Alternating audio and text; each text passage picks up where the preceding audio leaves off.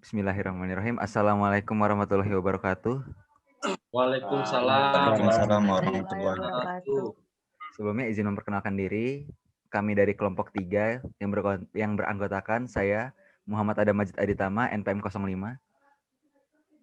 Saya Tala Zaidan, NPM 50. Saya Farhan Rasrakotama, NPM 13. Saya Farhan Yusuf Siamnuban, NPM 15. Saya Istiqomah, NPM 23. Saya Jepri Aprindo, NPM 27. Saya Emak Husaini, NPM 12. Oke, di sini kami akan memulai diskusi kita pada hari ini. Pada saat ini, itu kami akan membahas tentang PT Solusi Bangun Indonesia, bagaimana mereka menghadapi kendala yang terjadi pada saat ini, yaitu COVID-19, apa yang terjadi di perusahaan mereka, dan bagaimana mereka menanggulanginya. Sebelumnya, izinkan saya untuk memperkenalkan sekilas tentang PT Solusi Bangun Indonesia. Itu adalah perseroan terbuka yang mayoritasnya sahamnya itu dimiliki dan dikelola oleh PT Semen Indonesia Industri Bangunan, di mana perusahaan tersebut itu bergerak terintegrasi untuk pembuatan semen, beton, siap pakai, dan produksi agregatnya. Di sini untuk cabang PT Solusi Bangun Indonesia sendiri memiliki beberapa cabang. Ada yang saya sebutkan beberapanya, itu ada di Jawa Barat, ada yang di Cilacap, ada di Jawa Timur, ataupun di Aceh. Nah, pada saat 2019 menjelang masuk ke 2020, mereka telah mengalami sesuai dengan kondisi laporan keuangannya, itu meningkat dari tahun ke tahun. Terkhususnya untuk 2020 ini, pada awal tahun sebelum terjadinya pandemi COVID atau sebelum terjadinya PSBB, mereka telah memastikan untuk bisa mencapai keuntungan yang meningkat secara besar dari tahun sebelumnya. Dan itu terbukti pada awal bulan, pada saat bulan Januari dan Februari, peningkatan pendapatan mereka yang mereka nyatakan sendiri di sidang pers mereka. Di sini tapi terjadi PSBB atau COVID-19 yang mana menutup banyak sektor pembuatan semen dan batu bara mereka, sehingga banyaknya produksi ataupun proyek yang terhenti. Yang terbukti di sini, sesuai laporan keuangan yang saya baca, mereka telah mengalami istilahnya kerugian, tapi kerugian tersebut bukanlah penurunan angka dari tahun sebelumnya, melainkan kerugian dari prediksi keuntungan mereka yang tidak sesuai. Seharusnya besarnya istilahnya 100, tapi dengan adanya pandemi ini, ya apa yang mereka dapatkan hanya 50. Yang berarti itu tidak menurun gitu loh.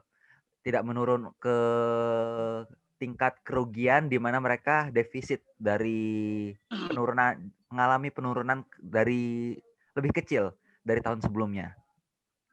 Nah, di sini juga menurut saya sendiri, apa yang terjadi pada PT Solusi Bangun Indonesia ini, walaupun mereka mengalami kerugian, itu tidak terlalu berdampak bagi mereka sesuai dengan laporan keuangannya yang istilahnya saya lihat sebagian umumnya lah, entah apa yang mereka lakukan.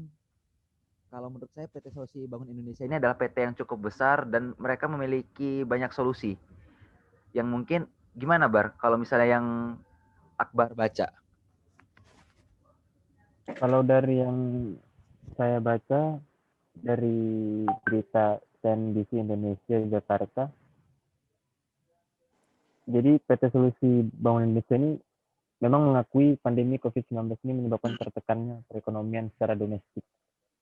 Hal ini terrefleksi dari penurunan konsumsi semen secara nasional.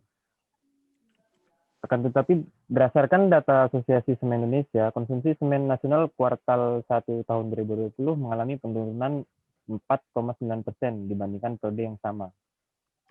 Dan Sales Group dari Solusi Bangunan Indonesia Giri Prabowo mengatakan, di masa pandemi ini selain mengandalkan pasar domestik, perseroan juga fokus pada pasar ekspor. Jadi secara nasional, penurunan konsumsi semen memang menurun secara nasional, tapi di Giri Prabowo mengatakan juga dia fokus pada pasar ekspor yang mengekspor ke beberapa negara tujuan seperti Cina, Bangladesh, dan Filipina. Dia mengatakan juga mencari peluang ekspor di negara lain baik untuk material, klinker, dan semen. Dia mengatakan dalam konversi pers virtual pada Kamis tanggal 9 bulan 7 2020. Dari yang saya baca begitu. Dia kayak apa namanya mengganti target pasar mereka gitu ya. Karena Iya. di dalam negeri itu sektornya banyak yang tertutup, tapi di luar negeri dia kayak membaca peluang gitu ya. Kalau misalnya ekspor itu bisa Peluang lebih ekspornya ke luar. oh ya. Salah satu solusi sih. Kalau dari Bang Atala gimana, Bang? Ya, PT Solusi Bank Indonesia ini walaupun banyak proyek-proyek infrastruktur dan perumahan yang tertunda, karena anggarannya mereka karena anggaran teralih untuk dana kesehatan. Namun mereka juga masih bisa meraih peluang dari pasar retail. Jadi menurut PT Solusi Bank Indonesia ini kondisinya itu masih sangat dinamis karena mereka juga terus berupaya menjalankan operasional dengan sangat efisien dan terus berinovasi untuk memberikan solusi-solusi yang sesuai dengan kebutuhan pelanggan yang ada saat ini. Walaupun begitu, PT Solusi Bank Indonesia ini dia berhasil mencapai peningkatan laba sebelum bunga dan pajak penghasilan, yaitu sebesar 158,12% menjadi 493 miliar dibandingkan 191 miliar pada periode yang sama tahun 2019. Serta mereka juga mencatatkan laba positif sebesar 82 miliar dibandingkan kerugian yang dialami pada semester pertama tahun 2019. Menurut saya sih seperti itu, Dam. Lebih ke pasar retailnya gitu ya, Kak? Ya. Kalau dari Jepri gimana, Jep? Kalau menurut saya, jadi di tengah pandemi ini, PT Solusi Bangun Indonesia sebagai anak perusahaan dari PT Semen Indonesia, dia menanggulangi ketika infrastruktur lagi dibatalkan karena PSBB dan lain-lainnya, dia dengan cara mencari investor, Dan. Jadi dia tercatat di sini dari CNBC Indonesia 2 kali bekerja sama dengan Taihyo Cement Corporation, yaitu TCC, perusahaan asal Jepang. Jadi 2 kali dia bekerja sama. Yang pertama itu 21 April dia tercatat melepaskan 15% sahamnya itu sebesar 3,27 triliun. Dan juga pada tanggal 8 Desember dia bekerja sama lagi dengan PT TCC. Jadi menurut saya PT Semen Indonesia dan juga PT Solusi Bangun Indonesia mencari cara dengan cara menarik investor agar pendapatan mereka tetap dapat, sedangkan infrastruktur lagi dibatalkan besar-besaran karena pandemi corona ini. Itu aja sih, Dam, kalau yang saya baca menurut saya. Berarti mereka juga kayak istilahnya mencari investor gitu kan agar nilai saham mereka tuh kayak bertahan gitu kan ya. Nggak anjlok, iya, Dam. Jadi dia kayak nggak terlalu, walaupun menurun tapi nggak terlalu turun, bahkan masih bisa stabil gitu. Kalau dari Farhan Yusuf gimana?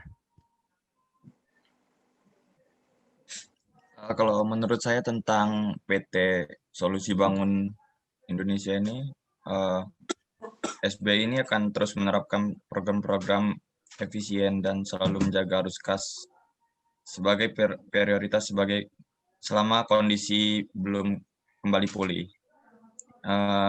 Mereka juga banyak proyek-proyek infrastruktur dan perumahan yang tertunda karena anggaran teralih untuk dana kesehatan. Namun kita masih bisa meraih peluang dari pasar retail. Jadi dalam kondisi yang masih sangat dinamis ini, karena itu kami terus berupaya menjalankan operasional dengan efisien dan terus selalu melakukan inovasi baru dan memberikan solusi dengan kebutuhan pelanggan untuk saat ini. Jadi PT Solusi Bangun Indonesia ini selalu melakukan inovasi dan solusi yang berkelanjutan.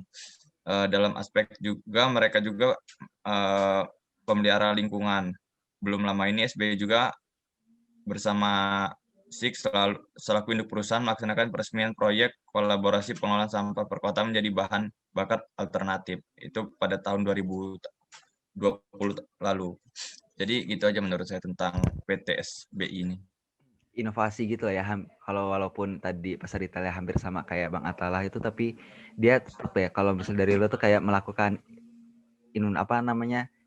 inovasi-inovasi baru lah yang istilahnya bisa menutupi kekurangan produksi mereka di COVID gitu ya. Ya gitu Dam. Heeh. Biar mereka juga bisa beradaptasi kan selama COVID ini, biar perusahaan terus berkembang, terus maju gitu. Kalau dari Istiqomah, Kalau menurut saya ya, dari artikel yang saya baca, PT Bangun Indonesia ini dia belum mengkonfirmasi kalau dia mem-PHK karyawan. Tapi yang saya dapat dari iPod News, itu dia mengurangi jumlah karyawannya. Jadi kayak walaupun dia belum mem-PHK, berarti kan dia tetap kayak ngurangin karyawan. Iya, jadi kayak perubahan gitu. Jadi dia tuh kayak tetap mempertahankan perusahaannya dengan cara mengurangi karyawannya walaupun belum di PHK gitu kan. Kayak meminimalisirkan pengeluaran gitu loh untuk kayak bayar gaji karyawannya gitu. Terus karena pandemik ini juga yang yang dari karyawannya itu dari 2.434 itu berkurangnya lumayan banyak jadi 2.388. Ya gitu, jadi kayak agar tetap mencapai laba perusahaannya nggak sih? Karena dia meminimalisirkan pengeluaran untuk gaji karyawannya gitu. Itu sih solusinya. dia kan kalau misalnya perusahaan lain itu dia kayak milih itu gak sih, apa kayak mecat kan tanpa Ya. mikir ke depannya. Tapi kalau yang PT Solusi Bangun itu dia lebih kayak mencuti gitu ya, Kak. Memberikan cuti Iya kayak lama gitu. kayak cuti. Heeh. Kayak cuti gitu sampai nanti Pandemi selesai. pandemik selesai atau enggak Mm-mm. sedikitnya kayak lebih berkembang gitu loh. Mhm. Gitu. Jadi iya sih, iya. Jadi kayak mereka tuh kayak mengantisipasi juga lah, semisalnya pandemi ini selesai, mereka kayak nggak kesusahan untuk sumber daya manusianya. Yang Iya, tadinya betul. dia kalau banyak di PHK kan berarti berkurang drastis kan sumber tenaganya. Tapi ini lebih dicuti lah, diberikan cuti jangka panjang. Iya, benar.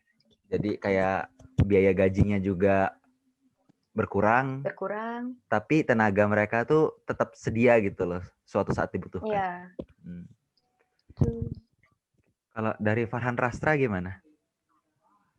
Jadi gini, kalau menurut saya dari sumber yang saya baca itu, meskipun turut mengalami penurunan volume penjualan dari itu PT Solusi Bangunan Indonesia, dia itu selalu mempertahankan kinerja keuangan yang positif pada masa pandemi ini. Dengan demikian juga PT Solusi Bangunan ini mampu survive dalam penjualan dalam negeri maupun luar negeri. Contohnya seperti PT Solusi Bangunan Indonesia ini selalu bekerja sama dengan perusahaan dan kementerian. Contohnya seperti Kementerian PUPR.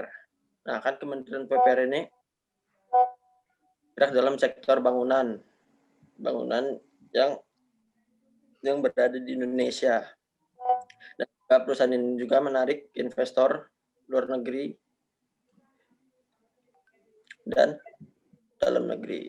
Untuk bekerjasama juga PT SBY ini baru invest pada perusahaan-perusahaan yang bergerak dalam bidang properti. Jadi tidak sangat mungkin PT Solusi ini mengalami kebangkrutan di masa pandemi ini. Jadi PT Solusi Bangunan Indonesia ini cuma mengalami penurunan penjualan dibandingkan dari tahun sebelum pandemi ini muncul. Gitu, Dam. Berarti dia kayak istilahnya merangkul lebih banyak kerjasama lah ya. Ya. Jadi apa yang kekurangan, apa yang istilahnya dibutuhkan itu bisa ditutupi dengan itu. Yang perusahaan lain butuh apa dan lain sebagainya. Ya. Kan dari situ juga bisa dilihat dari seperti kementerian-kementerian dan perusahaan-perusahaan itu kan ada nilai kontraknya. kontrak jangka panjangnya bisa nyampe 10 sampai 15 tahun. Oh, berarti ya memang istilahnya terjaga lah ya untuk apa namanya mengantisipasi berbagai keadaan lah. Yang mana bisa kita simpulin nggak sih kalau sebenarnya tuh walaupun COVID-19 ini ada, mereka tuh kayak udah memang ready loh untuk kondisi-kondisi yang istilahnya mengancam perusahaan mereka gitu. Kayak Memang udah memang siap ya, Dan. kebanyakan memang istilahnya kan apalagi PT Solusi Bangun Indonesia ini salah satu PT yang besar lah di Indonesia. Salah satu perusahaan perseroan yang besar. Jadi kalau pasti mereka udah apa ya namanya?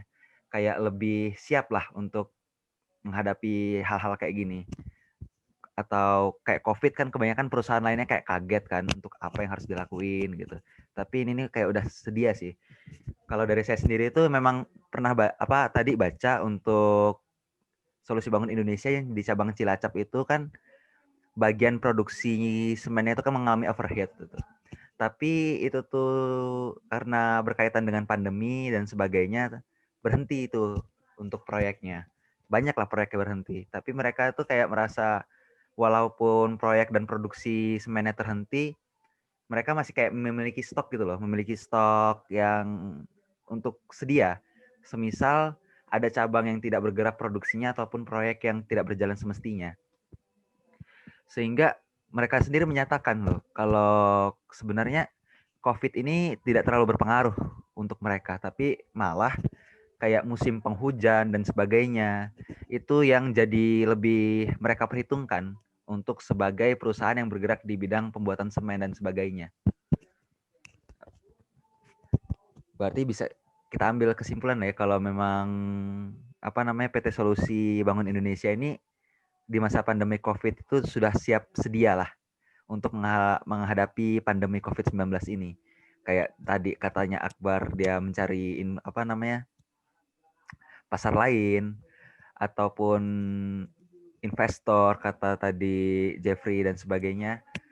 Dan inovasi-inovasi lah yang bisa menutupi bagian-bagian kekurangan mereka gitu. Sehingga kata Farhan Rastra tadi memang penjualannya mendikit, tapi dia memiliki laporan keuangan yang istilahnya dipertahankan sebagai di angka positif lah. Jadi walaupun dia menurun, tapi tidak mengalami kerugian yang tadi saya sempat sebutkan di awal. Apakah ada tambahan dari kawan-kawan?